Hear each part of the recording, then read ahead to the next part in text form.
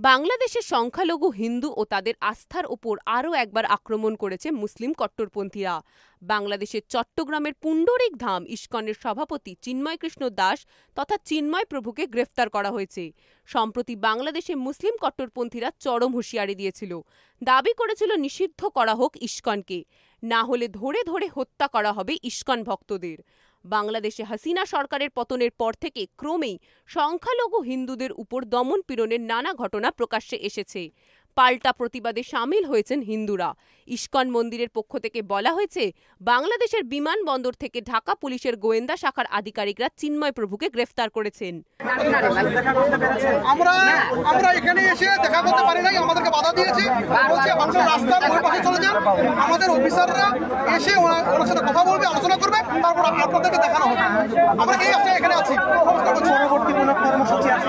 পরবর্তী কর্মসূচি হবে কি আমরা আপনাকে দেখা করছি, এর ভিত্তিতে আমরা কি করছে আর আমরা এখানে অবস্থা থেকে ব্যবস্থা এখন আমরা কিছু বলতে পারবো না। কর্মসূচির ব্যাপারে আমাদের কমান্ডার আছে, বড় লোক আছে, তারা ডিসিশন নিতে নেবে। শুক্রবার 22শে নভেম্বর রংপুরে হিন্দুদের এক বিশাল প্রতিবাদ সমাবেশ করা হয়। সেখানে সে দেশের হাজার হাজার সংখ্যালঘু হিন্দু জড়ো হয়। সেখানে বক্তব্য রেখেছিলেন চিন্ময় প্রভু। বক্তব্য রাখার সময় বাংলাদেশে বিভিন্ন হিন্দু মন্দিরের নিরাপত্তা নিয়ে গভীর উদ্বেগ প্রকাশ করেন তিনি। মঞ্চ থেকে তিনি হিন্দুদের ঐক্যবদ্ধ হওয়ারও ডাক দেন। চিন্ময় প্রভুকে গ্রেফতারের পর বাংলাদেশের পরিস্থিতি আরও খারাপ হচ্ছে। চিন্ময় প্রভুকে গ্রেফতারের প্রতিবাদে হিন্দু সম্প্রদায়ের লোকজন রাস্তায় নেমে প্রতিবাদ করতে শুরু করে।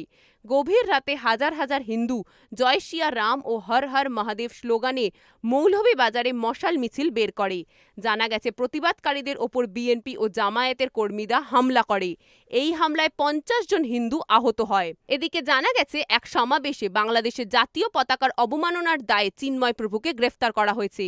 সংবাদ মাধ্যমে বলা হয়েছে, অক্টোবরে তিনি এই সমাবেশে বক্তব্য দেন।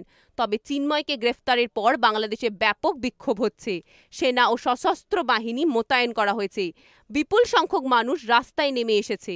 জানা গেছে, উগ্রবাদী ও মৌলবাদীদের আন্দোলনরত জনগণের উপর হামলার বিরুদ্ধে প্রশাসন ও পুলিশ কোনো ব্যবস্থা নেয়নি। প্রশাসন ছিল সম্পূর্ণ নীরব দর্শক। শেখ হাসিনা সরকারের পতনের পর থেকে চিন্ময় প্রভু হিন্দুদের ওপর অত্যাচারের বিরুদ্ধে আওয়াজ তুলেছিলেন।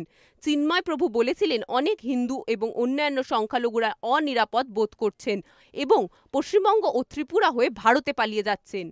এদিকে কেন্দ্রীয় মন্ত্রী ও পশ্চিমবঙ্গ বিজেপির সভাপতি সুকান্ত মজুমদার তার এক্স হ্যান্ডেলে এই ঘটনার চূড়ান্ত নিন্দা করেন এবং ভারতের বিদেশ মন্ত্রীকে বিষয়টিকে গুরুত্ব সহকারে গ্রহণ এবং দ্রুত ব্যবস্থা নেবার জন্য অনুরোধ করেন।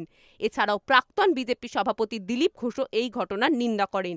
हिंदू समाज के ऊपर जो अत्याचार हो रहा है और वो सन्यासी ने इसका विरोध किया, नेतृत्व कर रहे हैं, इसलिए उनका ऊपर जबरदस्ती हो रही है। वो कहाँ है, किस स्थिति में है, किसी को मालूम नहीं है। इस प्रकार से वहाँ संख्यालघुओं को दबाने के प्रयास हो रही है। এখন প্রশ্ন, বাংলাদেশে কবে আর কিভাবে ফিরবে শান্তি? বাংলাদেশে সংখ্যালঘু হিন্দুদের ওপরের অত্যাচারের হিংস্রতার সমাপ্তি কোথায়? দেখতে থাকুন সুদর্শন বাংলা। জয় হিন্দ, জয় ভারত।